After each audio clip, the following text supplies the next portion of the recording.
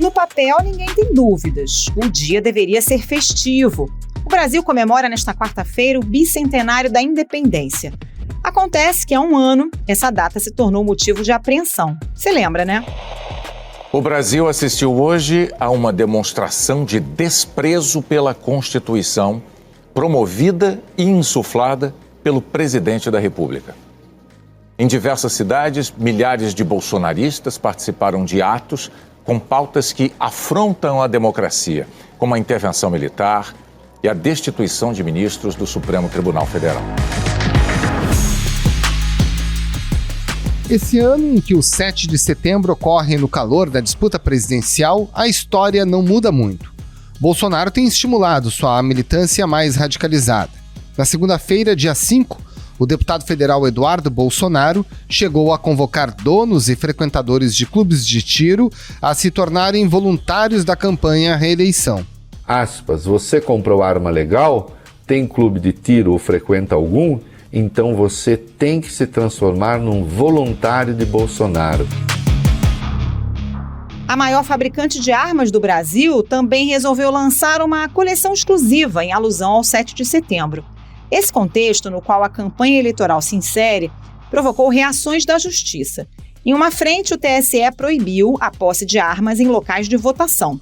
Em outra, no Supremo, o ministro Edson Fachin suspendeu trechos de decretos do presidente, que ampliaram a circulação de armas no país. Por decisão, o relator ministro Edson Fachin afirmou que a medida é urgente porque o início da campanha eleitoral exaspera o risco de violência política.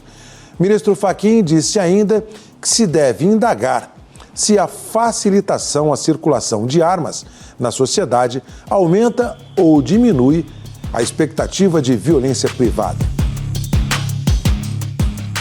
Com a decisão, Fachin retoma a obrigação de comprovar a efetiva necessidade para a compra de armas e limita a quantidade de munições que podem ser adquiridas pelos chamados CACs, a sigla para colecionadores, atiradores desportivos e caçadores. Mas afinal, até que ponto a ampliação do número de armas em circulação aumenta o clima de apreensão nesse 7 de setembro e na campanha eleitoral? Qual é a efetividade da liminar do ministro Fachin e das decisões do TSE para reduzir o risco de violência política? E como essa convocação dos CACs pelo deputado Eduardo Bolsonaro pode mandar uma mensagem ambígua aos atiradores aliados do presidente? Esses são os temas do Ao Ponto desta quarta-feira. Eu sou o Roberto Maltic, estou com a Carolina Moran e nesse episódio conversamos com a advogada Juliana Vieira dos Santos, doutora em Direito de Estado pela USP e coordenadora jurídica da Rede Liberdade, que atua em casos de interesse público. Fique com a gente. Esse podcast é um oferecimento DAO.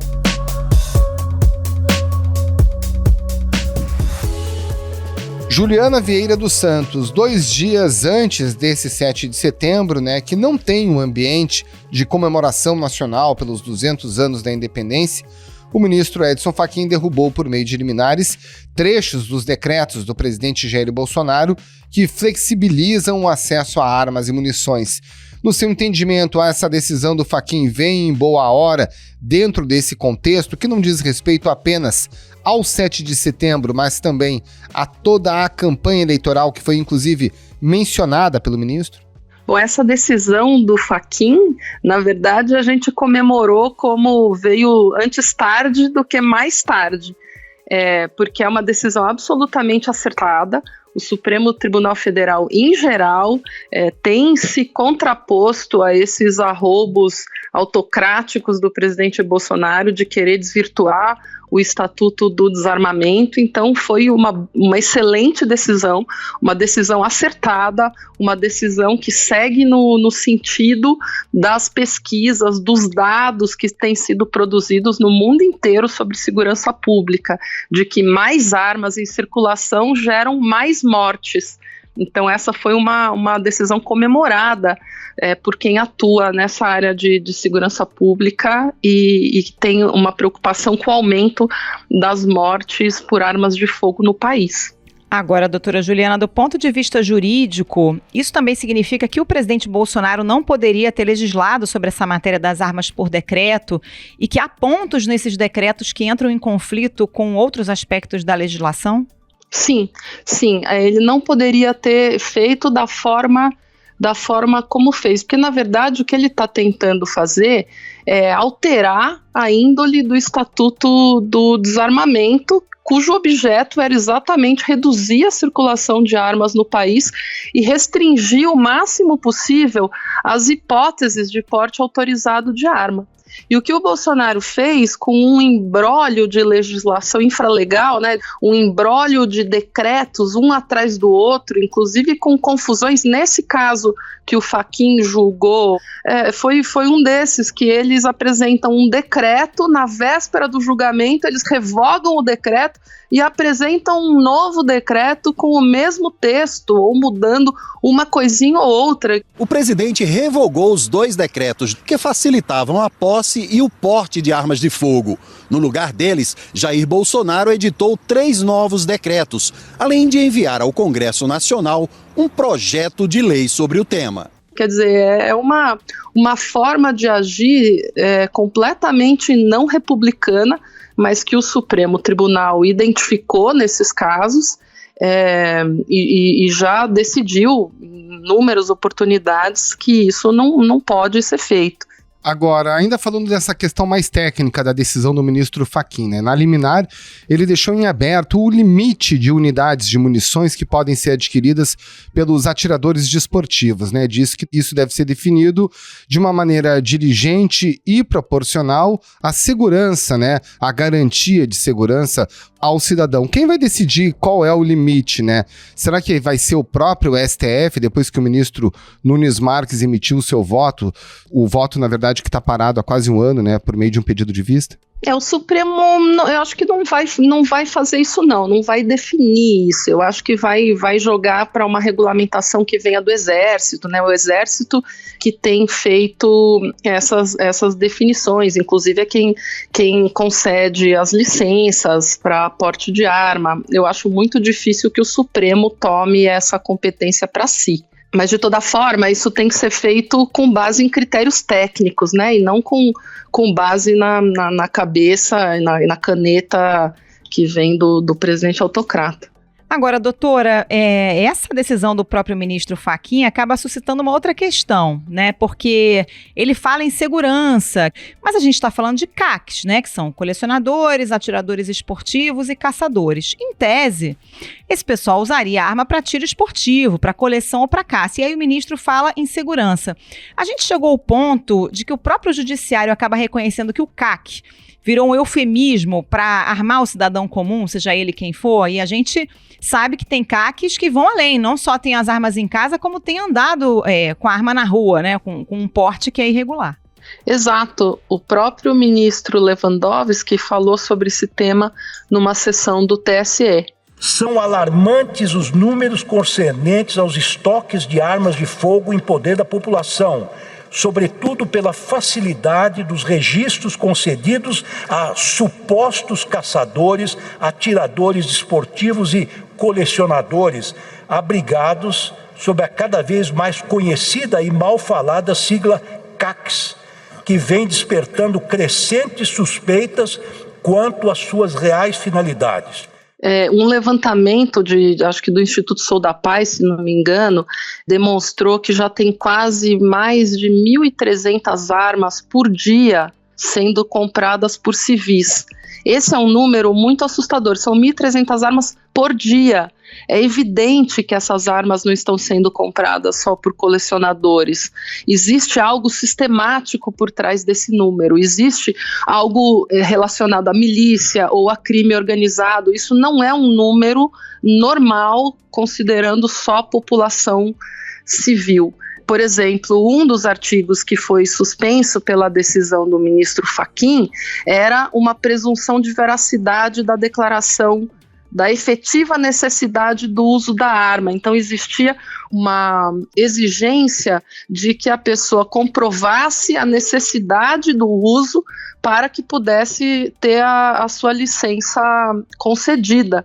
Só que nesse decreto suspenso, presumia-se a veracidade dos fatos e das circunstâncias que eram afirmadas na autodeclaração do potencial CAC. Então, quer dizer, olha o tamanho do absurdo, né? A pessoa chegava lá, dizia a necessidade ela mesma, e aquilo era tratado como verdadeiro. Esse foi um dos artigos que foram suspensos pela decisão do ministro Fachin. Então, sim, a resposta é: já existe hoje no Brasil mais armas na mão do que seria na sociedade civil do que na mão das forças policiais. Então esse não é um número de colecionadores, né? Esse é um número assustadoramente alto e não dá para fingir que a gente acha que essas armas vão ser usadas só nos clubes de tiro. Ou seja, ainda que indiretamente o ministro Fachin está reconhecendo, né, que CAC não é CAC e que CAC é gente armada na rua, seja ela quem for. Exato. Doutora, o número de armas registradas pelos CACs quase triplicou desde 2018, chegou já a 1 milhão. Essa decisão do ministro Fachin, imagino que não vai retroagir, né? Não afeta quem já comprou armas e munições com base nos decretos que foram suspensos. A gente não vai imaginar a cena desse pessoal devolvendo armas ou munições para cumprir a liminar do ministro, né? Quem comprou, comprou. A gente já tem esse arsenal aí todo em circulação na sociedade. Quem comprou, mas acho que o Ministério Público tem um papel fundamental aqui para identificar a regularidade das armas e das licenças das armas que estão circulando por aí. Então, talvez seja um trabalho de formiguinha, mas eu acho que esse é um trabalho fundamental, considerando a situação do país hoje, a situação do aumento de violência e do potencial aumento de violência nesse período eleitoral. Pois é, falar um pouquinho desse potencial aumento, né, o risco de violência no período eleitoral e também nesse 7 de setembro, né? O deputado Eduardo Bolsonaro, o filho do presidente, fez um post, né, na segunda-feira nas redes sociais, convocando quem comprou armas ou faz parte dos clubes de tiro ou tem clubes de tiro, é sócio, proprietário de um clube de tiro, a se tornar um voluntário de Jair Bolsonaro na eleição. Ele não fala em voluntário para armas, né? Ele encoraja a participar da campanha. Agora, essa não é uma mensagem que acaba, de certa forma, estimulando que esses eleitores armados sejam encorajados à violência política, considerando, obviamente, que esse é o grupo que mais foi beneficiado pelo governo Bolsonaro, justamente com normas que incrementam a quantidade de armas e de munições? Sim. Eu acho que é bem importante lembrar aqui que a formação de milícia armada para realização de crimes, né, é algo vedado no nosso Código Penal. E também acho que é importante lembrar que na própria Constituição, no artigo 1, inciso do artigo 5º, define como crime inafiançável e imprescritível a ação de grupos armados civis ou militares que venham a atentar contra a ordem constitucional e o Estado democrático de direito. E aí a gente tem também, na nova legislação que revogou a antiga Lei de Segurança Nacional, estabeleceu os crimes contra o funcionamento das instituições democráticas, né, e contra o Estado democrático de direito, que alterou alguns artigos do Código Penal e incluiu outros, também está previsto como crimes de violência política e de interrupção do processo eleitoral, impedir ou perturbar as eleições, restringir ou impedir ou dificultar o exercício de direitos políticos. Então, essa convocação que o Eduardo Bolsonaro faz, para mim, soa como uma formação claríssima de milícia para a prática desses crimes de perturbação do processo, perturbação ou interrupção do processo eleitoral. Isso eu acho gravíssimo e o nosso ordenamento jurídico tem respostas de sobra para esse tipo de conduta, só precisam as instituições funcionarem. Quer dizer, é um risco que está dado, né, doutora? O ministro Fachin, como você disse na primeira resposta, né, foi uma decisão que veio antes tarde do que mais tarde, mas a gente está falando de um risco que já está dado, né? As pessoas já estão com essas armas na mão e é um discurso que já vem sendo adotado nos últimos anos, né? Não vem de agora. Exato.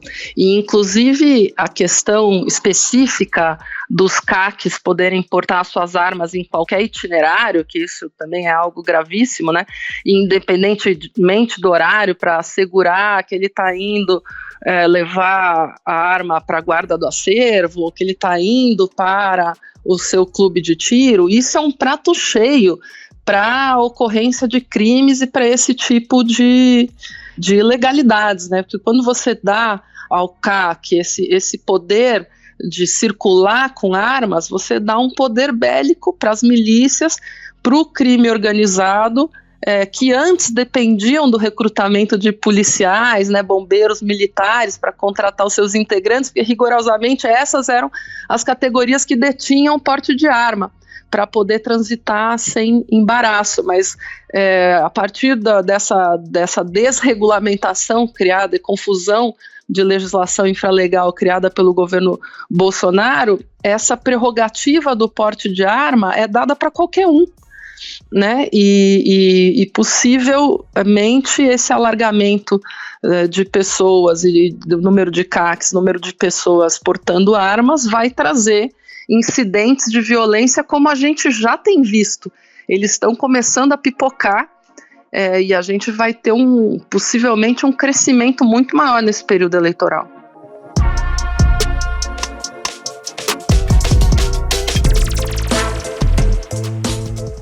Juliana, muita gente fala, né, do medo do agrupamento de policiais militares ou policiais civis dentro dessa disputa política, né, utilizando justamente do seu poder de fogo, e aí se mede até que ponto as forças de segurança estariam ou não dispostas a romper, por exemplo, com a democracia, com o que está previsto na Constituição. Agora tem um outro lado dessa história.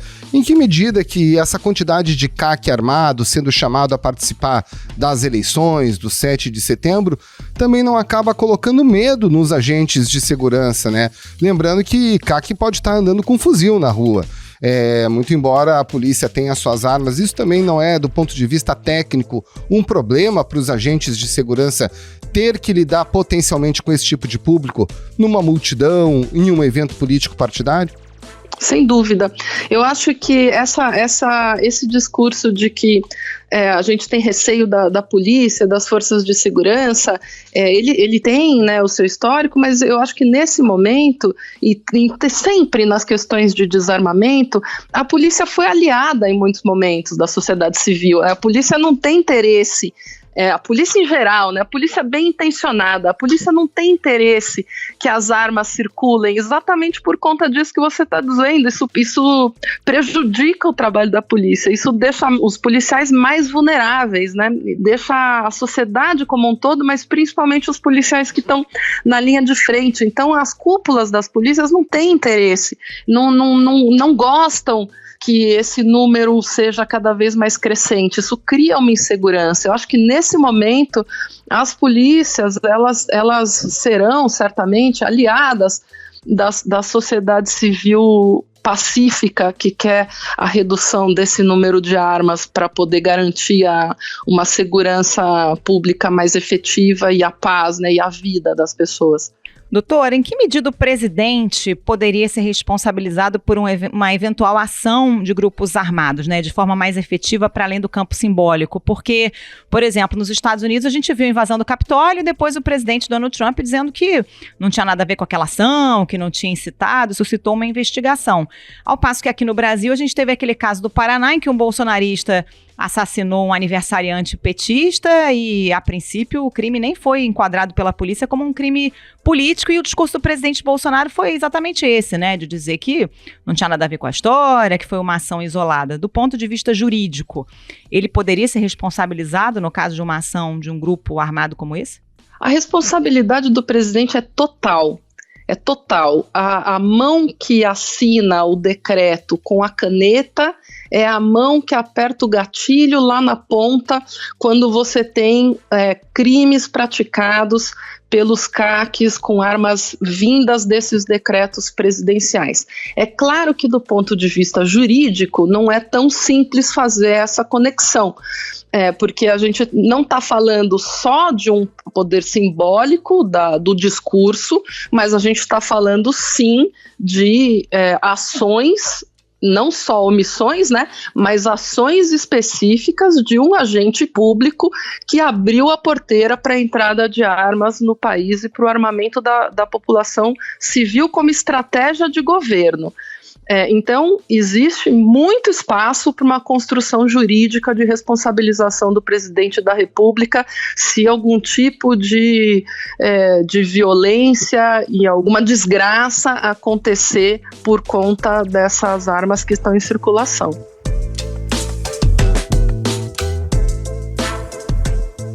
Militares das Forças Armadas participaram de um treinamento e percorreram a esplanada dos ministérios, que ficou bloqueada para o tráfego dos veículos. Juliana, esse episódio está saindo no dia 7 de setembro e não é à toa, né? Há a convocação, como eu já mencionei, do Eduardo Bolsonaro, de voluntários, dos CACs às vésperas desse evento. Agora o presidente também mistura, né, evento político-eleitoral, né, com a celebração cívico-militar. De alguma forma, na sua avaliação, essa mistura desses dois componentes, que em tese não deveriam se misturar, acaba por estimular que as armas se tornem um instrumento de violência política?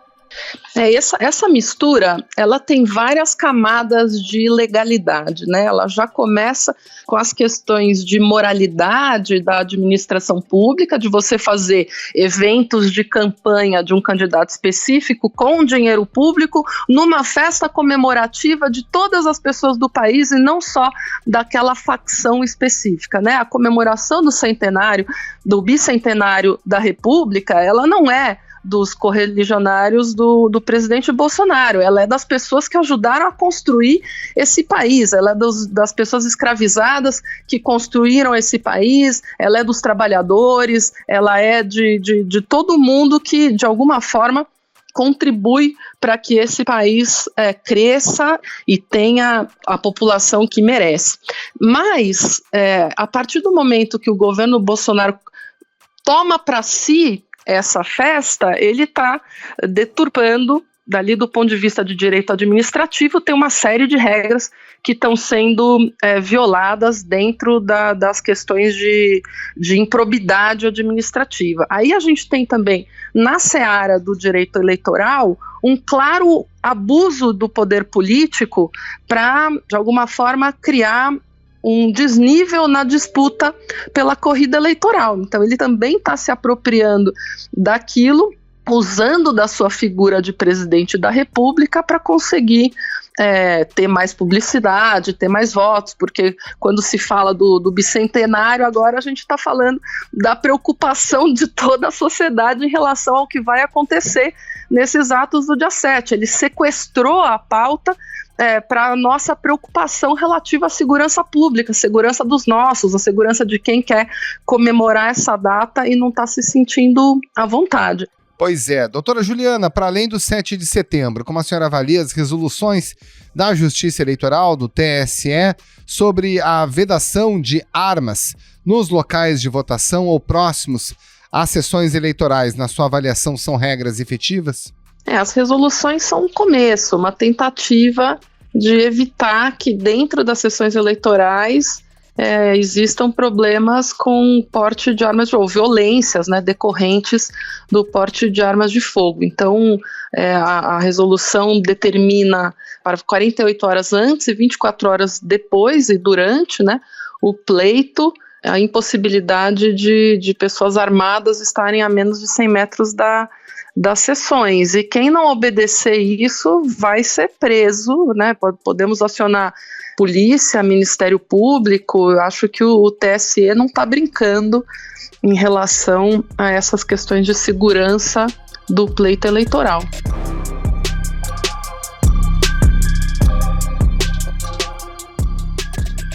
Doutora, vamos imaginar que o presidente Bolsonaro não se reeleja, né, e que haja a transição de poder como se supõe na democracia. Qual o grau de complexidade de um novo governo para desmontar isso que foi estruturado com essa infinidade de decretos, seja do Executivo ou das Forças Armadas ou dentro da Polícia Federal, para facilitar o acesso das armas? É uma tarefa simples ou é muito complicado? Do ponto de vista da legislação, a revogação dos decretos, enfim, voltar ao status quo anterior, não é tão difícil, né? Uma canetada você resolve, mas como a gente abriu a porta para essa infinidade de armas do país e os últimos dados do Fórum Brasileiro de Segurança Pública mostram que a violência se interiorizou, né? Ela cresceu para dentro do país, ela sai das grandes regiões, ela entra para dentro do país com índices de homicídio aumentando cada vez mais em relação a lideranças indígenas, pessoas no campo, e a relação que foi criado entre todas as questões que estão acontecendo na Amazônia e crime organizado, as milícias e crime organizado, o aumento de armas e crime organizado fez com que o país esteja numa situação muito mais complexa do que a gente estava antes. Então não, essa não vai ser uma tarefa fácil, vai ser uma tarefa hercúlea que vai demandar muito do próximo governo, das instituições, da sociedade civil como um todo, porque o estrago feito na era Bolsonaro foi bastante grande. Doutora Juliana Vieira dos Santos, muito obrigada pela participação, bom trabalho para a senhora. Muito obrigado, um grande abraço. Muito obrigada.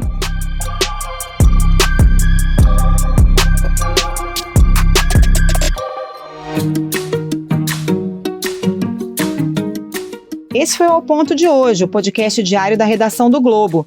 Nessa conversa, a gente conta com a participação de toda a equipe do jornal, as mesmas pessoas que levam até você informação e análise de qualidade todos os dias.